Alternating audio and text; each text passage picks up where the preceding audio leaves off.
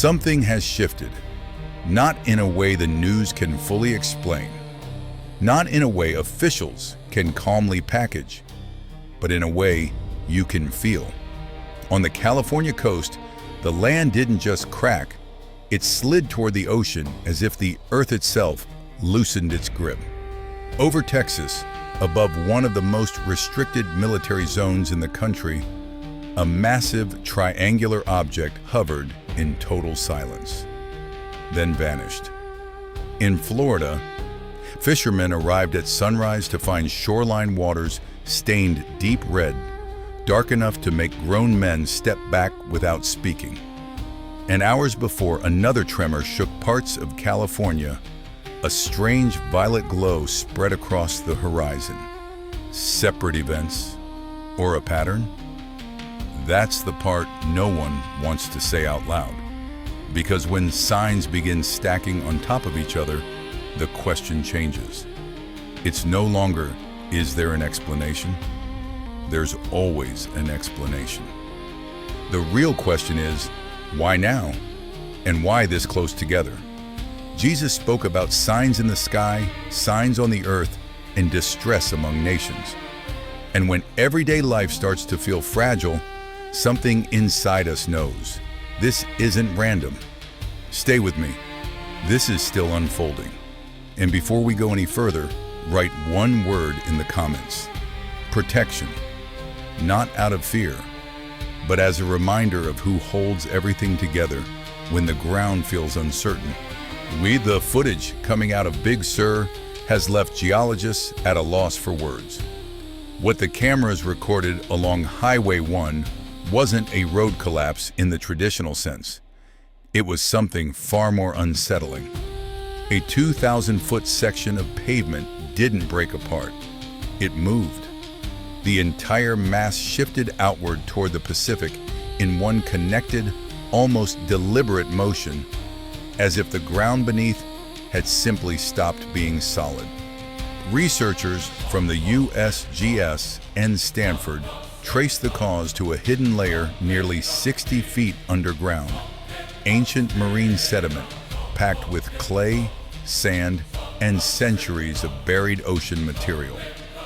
This region had been hammered by rainfall measuring more than 4 times the normal February average. Once that kind of saturation takes hold, the physics change completely. Friction between particles vanishes. What was once stable ground begins to behave like a slow-moving liquid. Engineers call it translational block sliding. The road wasn't breaking, it was being carried. The part that should concern everyone most is what the data revealed next. That same compromised sediment layer doesn't stop at Big Sur. Geological surveys suggest it runs for more than 120 miles along the California coastline. This wasn't a localized failure. It's a regional condition hiding in plain sight. Residents woke up to cracks splitting through their living room floors. Hillsides that had held firm through generations began to lean. People described a low invisible vibration underneath their homes, not loud enough to hear, but deep enough to feel. Entire communities were cut off overnight. Supply lines broke down. And beneath all of it, quietly but persistently, fear took root. There's a reason the human spirit destabilizes when the ground does. Jesus spoke directly to this in Matthew 7, the house built on sand that cannot survive the storm. Psalm 46 holds the image of mountains being lifted and dropped into the sea. Hebrews 12 carries a warning that everything capable of being shaken will be shaken, so that what remains will be what truly cannot fall. For generations, trust has quietly migrated away from God and toward infrastructure, systems, institutions. And now, even the infrastructure is moving. This is not a prediction. It is a revelation of what has always been true. When what's buried begins to surface, it's worth asking what else has been hidden. If this is speaking to something in you, subscribe and leave your thoughts below. The ground may be shifting, but your faith doesn't have to. If this is opening your eyes, hit subscribe and like this video. More signs are being uncovered, and you don't want to miss what's coming next. Above Texas, in the airspace over one of the most secured military installations in the country, something appeared that no official statement has yet explained. What witnesses described was a massive triangular craft, completely silent, completely still, hovering above restricted airspace near Joint Base San Antonio-Lackland. No propulsion, no navigation lights blinking in any recognizable pattern, no engine sound cutting through the clear night air. In a state that knows violent weather, that understands loud and powerful forces, the most disturbing thing about this object was its absolute stillness. It didn't drift. It held position. Unofficial reports mention momentary sensor disruptions and fighter jets being scrambled. Then, without any explosion, without descending, without a visible exit, it was simply gone. No follow-up statement addressed what it was. No radar data was publicly released. Just footage spreading rapidly across social platforms and a silence from authorities that felt heavier than any explanation could have. People miles away from the base walked outside and looked up, one not with excitement, with something closer to unease. Because when the sky above a fortress of national defense appears, even briefly, to be outside human control, it reaches past questions of military capability. It strikes at the deeper assumption that what is above us is fully understood, fully monitored, fully managed. Luke 21 speaks of people overwhelmed with fear at what they see approaching the world. Ephesians 6 reminds us that the battle we're in isn't only physical. It extends into the unseen realm, into powers that operate beyond radar range. Psalm 8 opens the sky as something that reveals authority no human institution can manufacture. In the language of Scripture, dominion over the heavens belongs to God alone. When something enters that space without explanation and leaves the same way, it confronts human pride at its foundation. Texas has long stood as a symbol of strength and of defense, of self-reliance. But even the strongest earthly systems carry a ceiling. These moments aren't accidents. They're invitations to look up, to reconsider what we've been trusting, to ask whether our confidence has been placed in the right hands. Stay with us. There's more to examine. The morning was moving at its usual pace along Clearwater Beach when the water stopped people cold.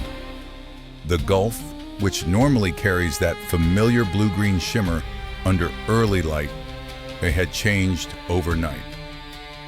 What spread across the shoreline was a deep, dark crimson, nearly black at the outer edge of the horizon, moving in and out with the tide as if the sea had absorbed something it couldn't process.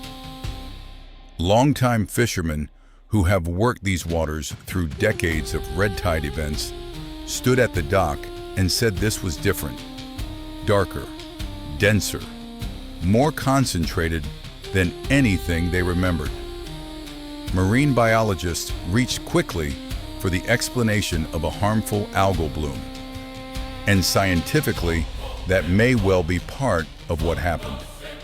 But the weight of what people felt standing at that waterline wasn't scientific. Dead fish collecting in the shallows. A smell that didn't lift with the breeze. Tourists raising their phones not to capture something beautiful, but to document something that disturbed them. Boats staying docked. Silence where there's usually noise. Florida has absorbed hurricanes and storm surges and relentless summer heat. Its people are not easily shaken by what nature throws at them. But water is different. Water is the thing that sustains everything.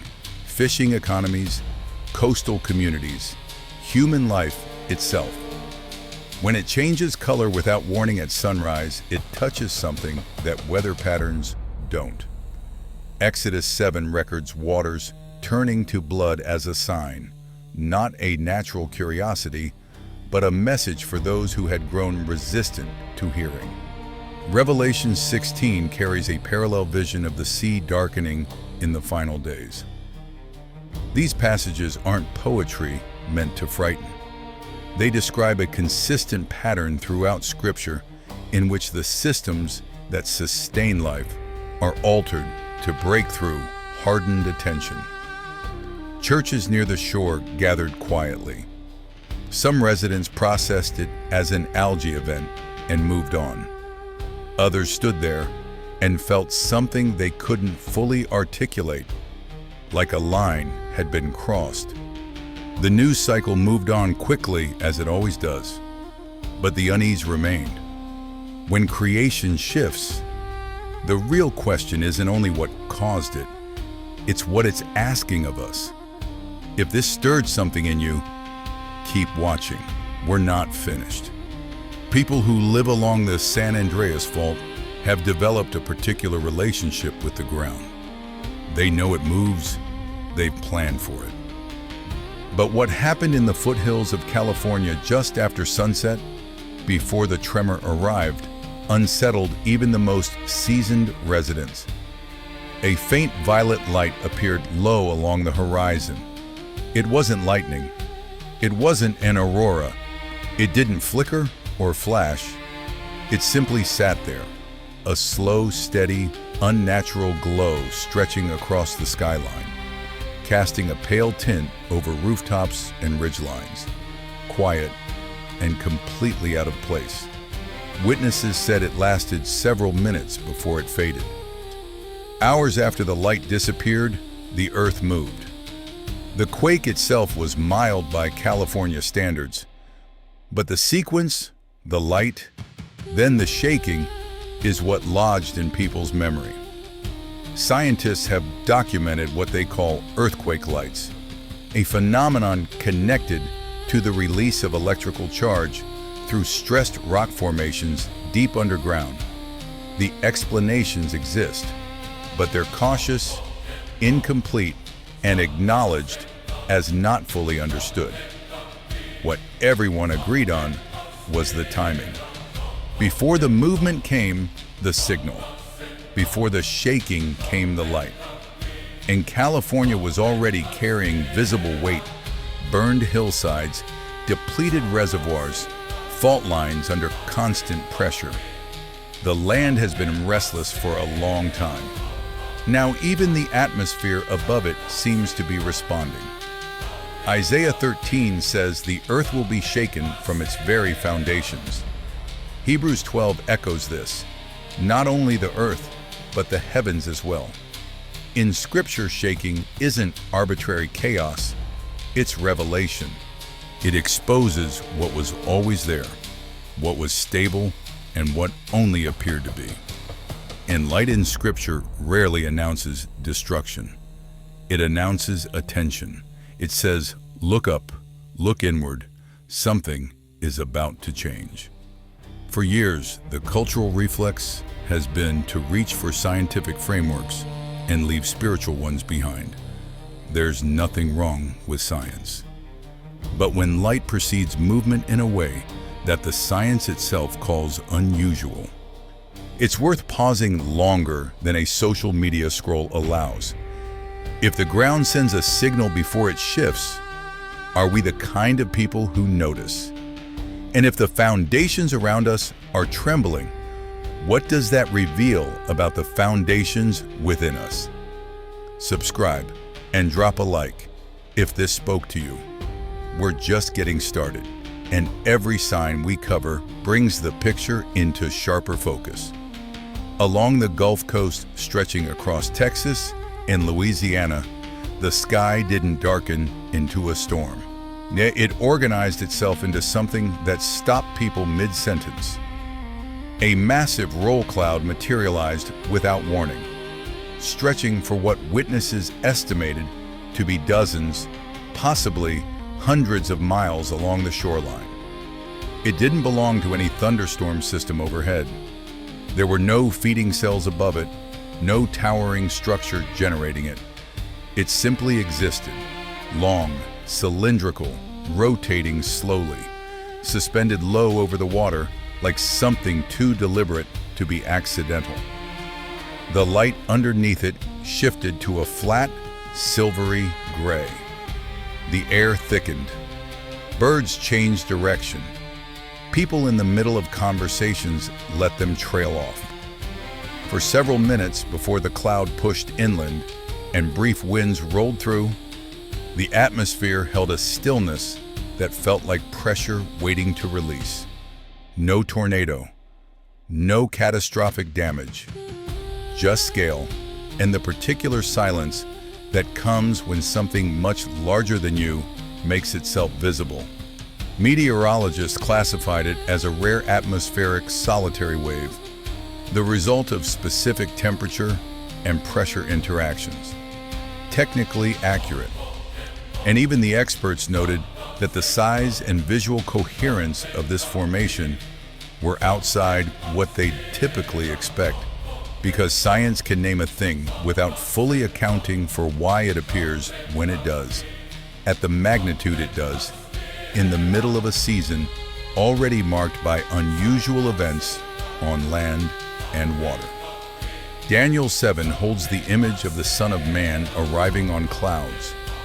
Exodus 13 describes God moving before his people in a pillar of cloud. In the language of Scripture, clouds aren't backdrop. They're announcement. They signal presence, transition, authority moving through the visible world.